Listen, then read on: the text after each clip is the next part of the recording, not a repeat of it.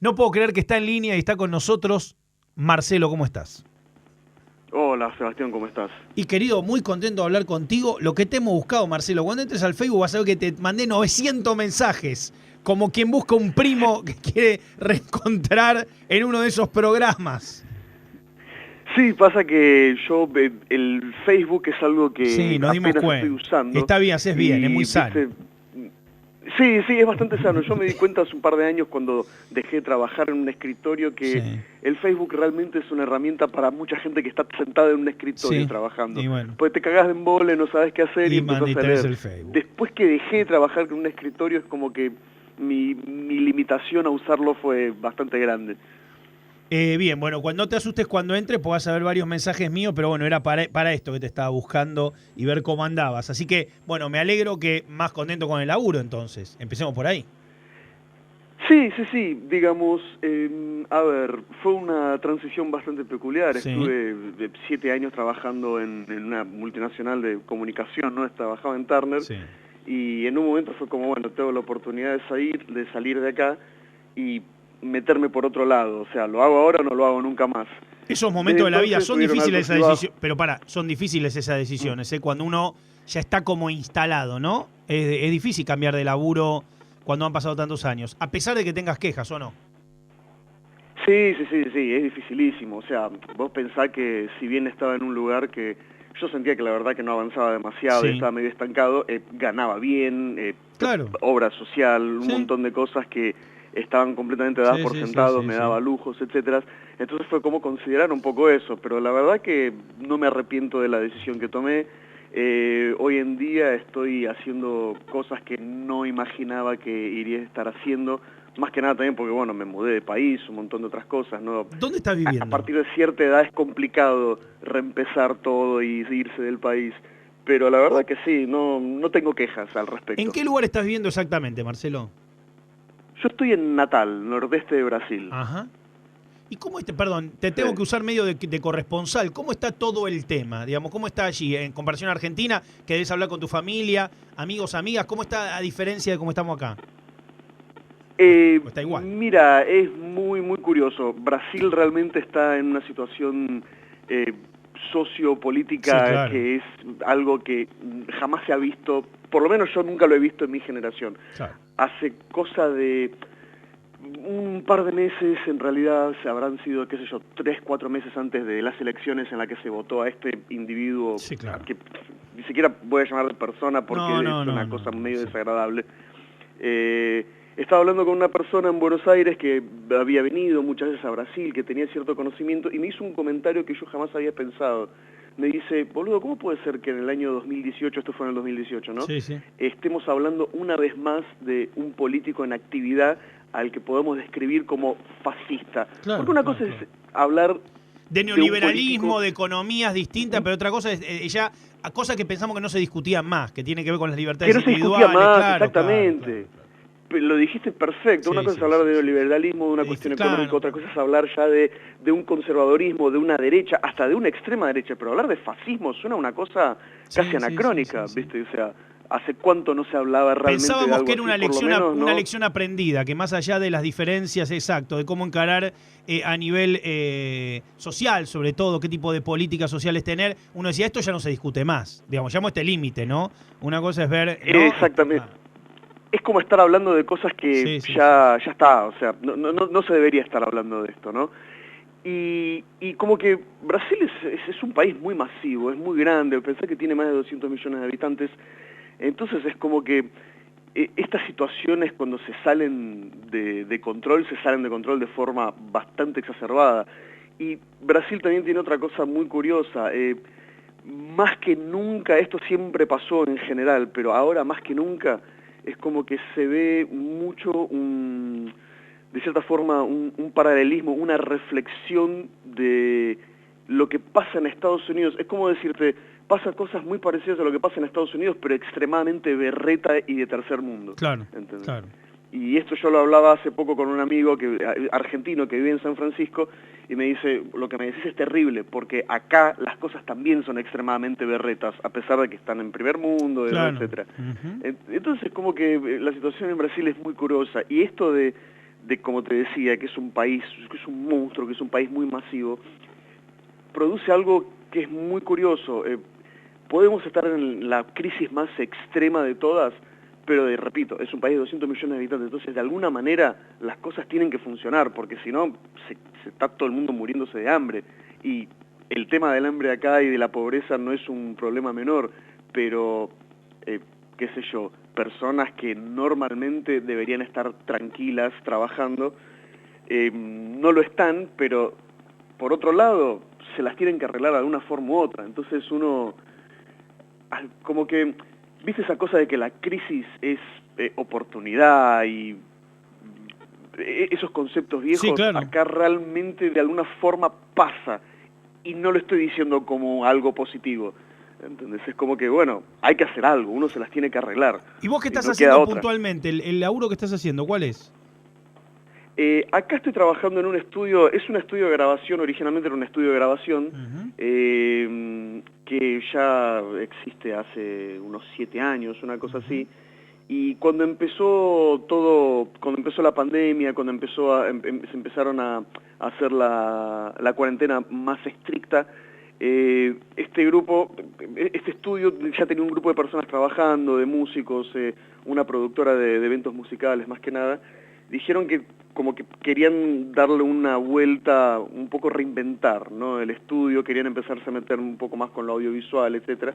Entonces me llamaron como para empezar a generar trabajos audiovisuales, contenidos audiovisuales, para salir de lo que es solo el estudio y transformarlo en una productora audiovisual. Ajá. Entonces ahora en el momento, acá estamos presentando proyectos a diferentes, son como subsidios que hay acá, subsidios culturales a diferentes cosas, eh, para empezar a generar un poco más, ¿no? Porque realmente cuando empezó todo esto de la cuarentena dijimos, bueno, la realidad es, trabajo de verdad, hasta mínimo octubre, noviembre, no vamos a tener. De hecho, estamos llegando a octubre y están empezando a salir laburos, ¿no? Gente que quiere grabar, gente que quiere, músicos que quieren grabar y filmarse, ¿no? Ese tipo diferente de cosas. Entonces, desde que empezó la cuarentena, que estamos generando mucho contenido para las redes sociales para empezar a hacer trabajo. Entonces, hicimos algunos videos de músicos a distancia, empezamos a hacer muchísimas lives en el estudio. Sí, A cada claro. 2 semanas, los domingos estamos haciendo algunas lives. Así que estamos como reinventándonos de a poquito. Ahora justo nos estamos mudando de casa y vamos a armar el estudio en un living de una casa como para hacer un tipo de ambiente diferente para grabaciones específicas. Así que estamos ahí en medio del proceso de reinvención. Ahora vamos a presentar para un subsidio, como te decía, que es para series locales, de una miniserie de 8 episodios que escribí. Así que estamos todos como en un proceso de reinvención, básicamente. Y ahora yo estoy en eso, o grabando gente en el estudio, o tocando para gente que viene a grabar en el estudio. O sea que lograste combinar todo, la música, lo audiovisual, una cosa, nada, todo junto. Por lo pronto sí, pudiendo hacer cosas interesantes, por ahora no cobrando demasiado, estamos como sacando plata de lo justo para poder mantener el estudio, pero sí, o sea, no, en ese sentido no me puedo quejar, porque siempre quise trabajar con música, siempre quise trabajar con audiovisual, y ahora de hecho estoy haciendo con las dos cosas, así que no tengo quejas realmente. Impresionante. ¿Cómo empieza tu historia con la música? Que un poco habíamos hablado cuando nos cruzamos, pero ¿cuál es, digamos, qué es lo que te cambia? ¿Cuál es el momento que empezás a darle duro a la música? Y empecé bastante pendejo, en realidad. Habré empezado a estudiar música, no sé, tendría 9, 10 años. Fue un poco cuando empecé a agarrarle más interés de verdad cuando nos mudamos a Argentina. Pues yo soy de acá, yo soy de Natal, mi familia es todo de acá. Cuando tenía 9 años fue que nos fuimos a Argentina. Y ahí, viste, conocí a... fue el hermano de un compañero de la primaria que me empezó a mostrar un poco de guitarra. Yo tenía un teclado, empecé a tocar un poquito y empecé a romper un poco las pelotas. Y en la adolescencia fue, viste, en la adolescencia que todo el Sí, mundo sí, sí. básicamente tiene esa aproximación, sea mayor o menor, con la música.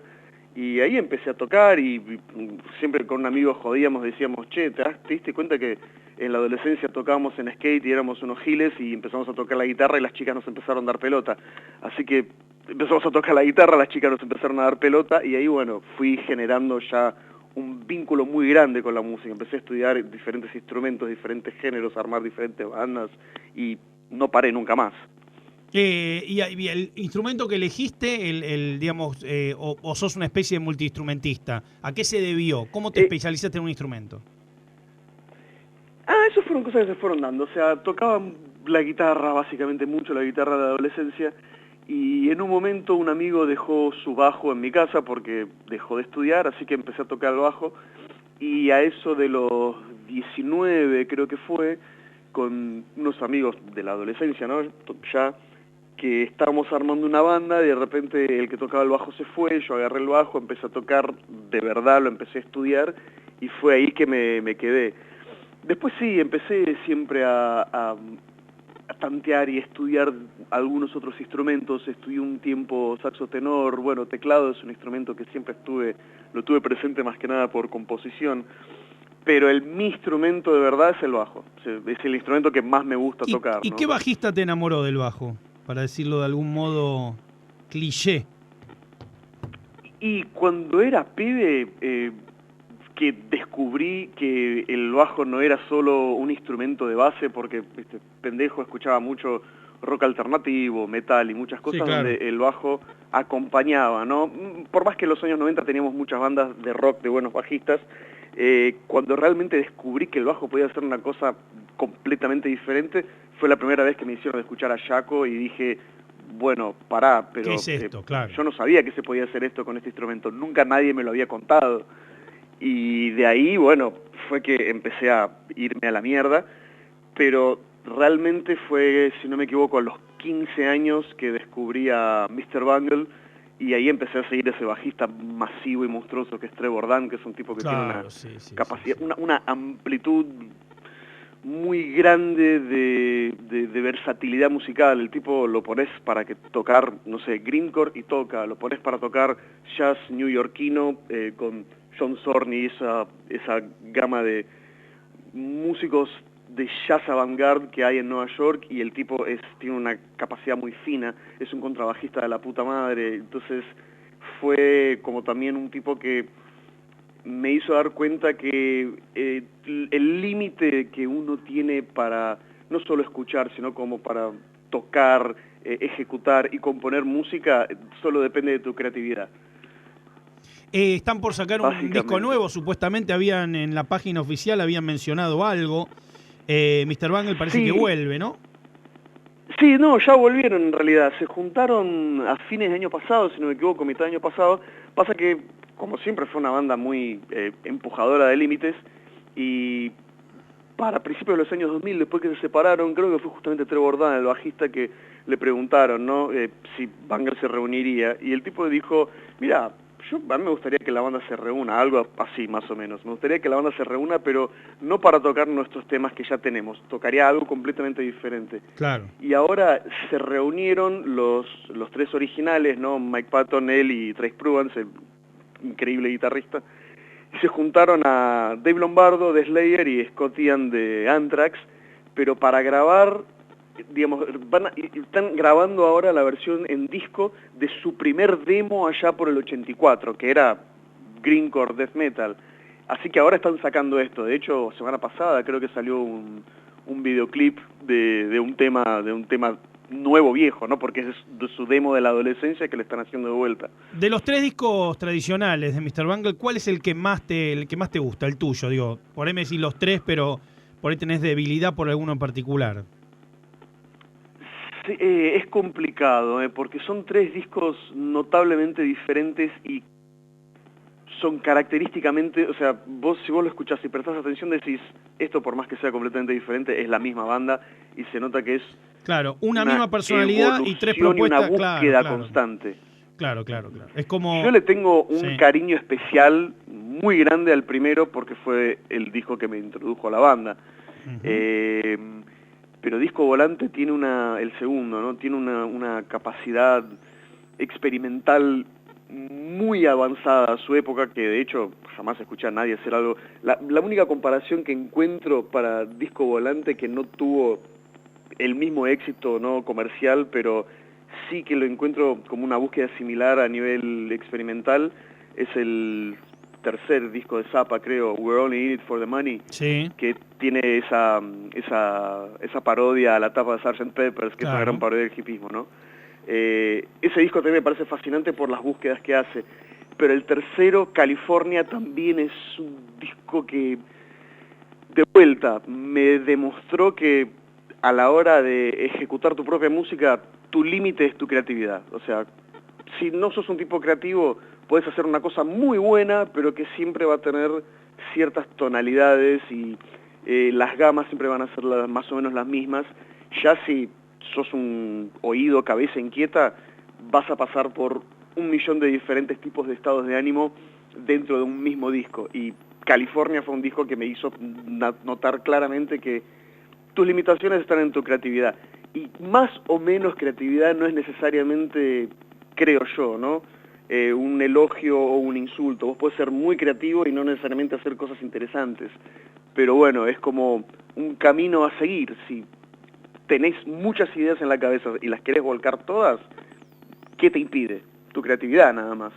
En California está Retrovértigo igualmente. Yo pensaba que es un tema que no se puede creer realmente. No se puede Y, creer. digamos, tener como influencia a Mr. Bungle te obliga a eso, a tener que ser bastante amplio en los consumos también de música y las composiciones. Totalmente, eso seguramente, sí. Y es algo que es muy interesante buscar eso porque realmente, no sé, yo me acuerdo hace unos años atrás estaba leyendo, ¿viste ese libro de David Lynch?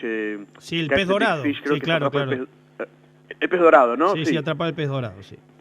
Atrapar el pez dorado, que él, viste, en sus descripciones extremadamente existenciales, habla de cómo entrar en contacto con ese océano vasto que es el inconsciente y de ahí sacar las ideas de la expresión creativa. Esas cosas que él explica ahí, realmente a mí me sentí muy identificado con ese tipo de cosas porque realmente es como que si vos, a ver, decirlo de cierta forma, si vos armás una banda y decís, yo soy una banda de rock, lo que está perfecto, hasta cierto punto podés limitarte un poco. No significa que eso sea malo, porque, a ver, creo que fue Angus Young que dijo una vez en chiste, la gente dice que nosotros hacemos el mismo disco una y otra vez, y no es así, hacemos el mismo tema una y otra vez. Claro. Pero anda a discutir la calidad de esos tipos. Entonces, no necesariamente esa limitación es algo negativo, pero cuando te encontrás con un océano vasto de cosas que tenés adentro tuyo y que las podés expresar de 1.000.000 de maneras diferentes a través de una expresión tan abstracta como la música, creo que realmente tenés una capacidad muy grande de expresión que podés llegar a encontrarte de forma casi abrumadora sin límites y podés hacer lo que se te encante las pelotas. A ver, vos sos un tipo muy creativo, vos sos guionista, sos director. Cuanto más lugar que tenés de dónde sacar las ideas para expresar las cosas que querés sacar, ¿no te parece que tenés como una gama de posibilidades que hace mucho más rico el trabajo que vos querés expresar? No sé, yo lo veo un poco por ese lado. Sí, claro, tiene que ver con eso cuando hay tanta influencia y tanta influencia de cosas tan creativas, tiene que ver con eso un poco, digamos, y invariablemente se termina recorriendo todas esas aristas que tiene la creatividad. ¿Y para cuántos bajos tenés? Una pregunta tonta, pero me da curiosidad de los instrumentistas. No, en este momento tenía dos, el que tengo acá, ¿Cuál? que es un Ibanez de 4 cuerdas, que debe haber sido mi primer bajo, se lo compré justamente esta banda que empecé a tocar el bajo, que el bajista se fue, el bajo quedó ahí en la sala, lo agarré, empecé a tocar, se lo terminé pagando como 4 años y medio después, Sí. pero fue mi primer bajo, es el que tengo acá, y después tengo uno de 5 cuerdas de luthier, pero que lamentablemente en la mudanza cuando me vine a Brasil era demasiadas cosas, no lo pude traer, así que está con un muy buen amigo mío ahí que estoy seguro que le está haciendo muy buen uso porque el tipo es un genio, la verdad que es una capacidad musical bastante importante. Y así que por ahora estoy con este Ibanez solo acá y cada tanto, como hay muchos músicos dando vueltas en el estudio, agarro uno de acá allá para jugar un poquito, pero ahora estoy como limitado de instrumentos. En algún momento, digo, me imagino que vos decís que ya te instalaste allá en Brasil o tenés pensado volver en algún momento acá a Argentina también.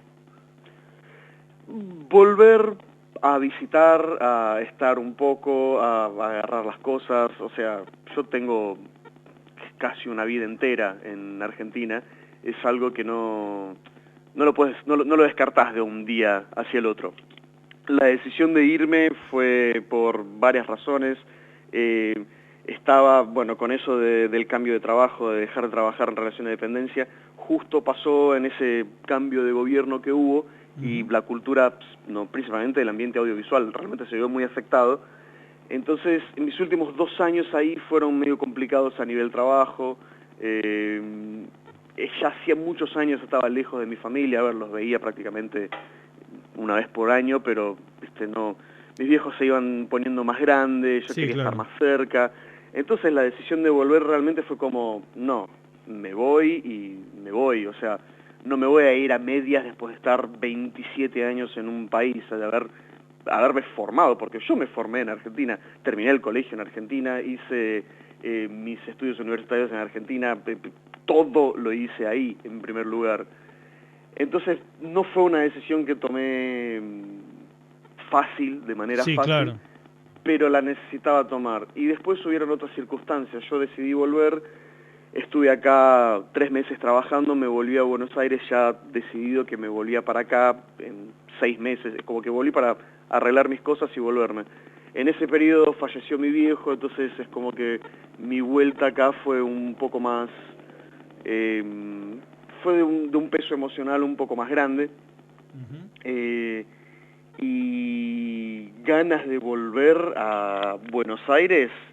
Siempre me preguntan, ¿no extrañas Buenos Aires? Y yo digo, extraño muchas cosas, pero dado a esto de que la decisión que tomé fue realmente determinante, que yo quería volverme a Brasil, no tengo ganas de volver a vivir, pero extrañar, sí, extraño un montón de cosas, voy a volver. Este año iba a volver a buscar el resto de mis cosas y a pasar un tiempo ahí, a hacer algunas otras cosas, pero bueno, llegó Corona y nos jodió la vida a todos. Sí, claro. Así que supongo que para el año que viene estaré volviendo a visitar gente, estar un poquito, ver si agarro el resto de mis cosas, termino de solucionar las cosas que quedaron ahí. Siempre voy a volver a Buenos Aires. ¿Y con quién estabas tocando? O sea, ¿te armaste una banda allá? ¿Tocás con gente también? ¿Cómo manejas eso? ¿Acá en Brasil? Sí. Y no, estoy tocando. Este estudio en el que yo empecé a trabajar, antes era un estudio bar, abajo era el bar y arriba el estudio, ¿no? Claro. Y ellos tienen, bueno, grupos de músicos que están siempre dando vueltas en el estudio e inventaron algo que es la banda de la casa. La banda de la casa son músicos residentes básicamente que están todo el tiempo por ahí y a cada mes y medio, una cosa así, tocaban en este bar. Yo de casualidad, me presentaron a estas personas, me invitaron a tocar un día, en realidad me invitaron a hacer una participación un día y de repente me transformé en guitarrista / bajista comodín de la banda. Tocando mucho con ellos, si surgen, por ejemplo, a veces surge algún músico que va a grabar en el estudio, va a grabar, qué sé yo, una guitarra y una percusión y la voz y de repente, che, me gustaría meter un bajo, entonces voy y grabo ahí, con músicos que van dando vueltas alrededor del estudio, de repente, precisamente en la época de la cuarentena, que los que frecuentábamos el estudio hacíamos casa-estudio, estudio-casa, y a veces estábamos todo el día juntos sin saber qué mierda hacer, entonces, che, bueno, ayer compuse un tema, grabamos, dale, grabemos, y así rotando, y pero grabando muy lindo, y tocando, digo, porque eso te lleva a tocar con gente que por ahí no te imaginabas, cosas que por ahí no te imaginabas, y como experiencia es digo, muy interesante. Ah, pero completamente, porque aparte hay algunos tipos con los que estoy tocando acá que son A ver, son locos que ya están adentro del ambiente de la escena musical Sí. profesional de acá hace más de 20 años. Entonces, no sé, a veces me encontraba, no sé, hay uno que es un trompetista que vive ahí en el estudio. El tipo es un monstruo y tocó con medio mundo. Y a veces, ¿viste esa gente que te sentás a charlar y podés estar 7 días Sí, escuchando anécdotas y sí, no va a sí, sí. repetir una? Sí, El sí, tipo es sí. así. Y realmente es como que, sí, mirá, si tengo gente de las cual voy a aprender principalmente del oficio, es con estos tipos. Entonces, esa rotación constante de gente, y a veces ni siquiera es tocar, es simplemente charlar, participar de una preproducción, de una grabación o algo, Ver cómo ya trabajan, realmente claro. me hizo incorporar una cantidad de conocimiento, no solo incorporar, sino que asentar, porque viste que muchas veces nosotros que trabajamos con arte, con cosas creativas, vamos adquiriendo conocimientos en la vida que tal vez decimos, uy, esto me gustaría usarlo algún día, pero no lo usas, pero algo en algún momento hace que recuperes y asentes ese conocimiento en tu cabeza y realmente lo puedas entender. Me pasó más eso en este periodo que incorporar conocimientos nuevos. Logré asentar incorporar y asimilar muchos conocimientos que ya tenía, pero que estaban ahí, flotando en mi cabeza sin ningún tipo de arraigamiento, de raíz que hacía que yo realmente pudiera sacar algo de eso. Y ahora realmente sí me pasó. Así que sí, es muy rico poder estar trabajando con gente de diferentes orígenes, ¿no? Ya sean sociales, ya sean culturales, ya sea de dónde estudiaron. Y en este lugar estoy teniendo contacto con gente de mucho tipo de origen musical diferente. Excelente. Marcelo, la verdad que un gusto hablar contigo. Queríamos saber en qué andabas, ver cómo estabas haciendo música o cómo te estabas vinculando con eso. Y la verdad que felicitaciones, toda una movida, pero como vos decís, cuando se toma desde un lugar con el corazón y muy pensado y muy sensible, siempre es para bien, ¿no? Sí, sí, es para bien. Y termina siendo una cuestión de uno, irrelevantemente de la situación en la que uno esté a nivel laboral, a nivel emocional, a nivel eh, social, ¿no? Son todas cosas que van a influenciar en cómo uno va a estar, pero al final del día, y esto va a sonar una Sí, sí, sí, estupidez sí. de autosuperación muy grande, porque sé que suena así, pero al final del día la decisión de cómo tenés que estar la vas a tomar vos. Si estás en una situación de mierda y estás deprimido, la realidad es la siguiente, tu situación no va a cambiar por estar deprimido. Entonces, No, claro. lo que vos hagas con tu estado emocional y cómo vos te forces a estar, realmente va a definir cómo va a ser tu camino. Yo con esto de mi viejo pasé por una que fue muy inesperada, que nadie la vio venir, y en un momento estaba para atrás, pero fue como, sí, estar así no va a cambiar nada. Así que el esfuerzo lo tengo que hacer yo, y todo lo demás tal vez se vea afectado por ese esfuerzo que haga o por la falta de esfuerzo, ¿no? Ujú. Entonces, de vuelta, fue una decisión muy pensada, fue una decisión muy emocionalmente llevada, que ahora yo podría estar hecho mierda, pero no me puedo quejar de lo que tengo y siempre intento, ¿no?, estar dentro de lo mejor posible. Qué sé yo, un mes y medio en cuarentena encerrado en un departamento te hace reconsiderar muchas cosas. Y una que reconsideré fue, voy a hacer un esfuerzo siempre consciente de estar superándome, porque si no, no voy a llegar demasiado lejos en la vida. Muchas gracias, Marcelo. Te mando un abrazo gigante y bueno, cuando no, te vuelvo a repetir, cuando entres a Facebook, si en algún momento entras, que espero que sea solamente para curiosear un rato y no porque estás en un escritorio, si ves todos esos mensajes será para esto, así que de ahí viene que, Marcelo, ¿estás por ahí? ¿Dónde andás? No es nada grave, no pasó nada, por suerte, nada terrible, sino era justamente tener contacto para charlar contigo un rato. No, no, la verdad que te agradezco yo cuando se contactaron conmigo, yo de repente dije, me quiere entrevistar, ¿por ¿Qué qué carajo pasó? será? No, pero estoy halagadísimo, la verdad que la No, mejor por onda. favor, por favor. Cuando nos conocimos ahí en Bafise, la verdad que nos cagamos bastante de risa, Sí, fue sí, muy sí, sí, sí, divertido sí, sí. y la mejor, cuando sea algo que surja en cualquier momento, acá estaré. Cuando me meto en Facebook ahí, Perfecto. contesto un poco con delay los mensajes y bueno, te estaré escribiendo también. Bárbaro, y lo que necesites acá estamos, Marcelo, para las novedades, lo que necesites Buenísimo. por acá andamos. Te mando un abrazo gigante. Perfecto, muchísimas gracias. Por favor.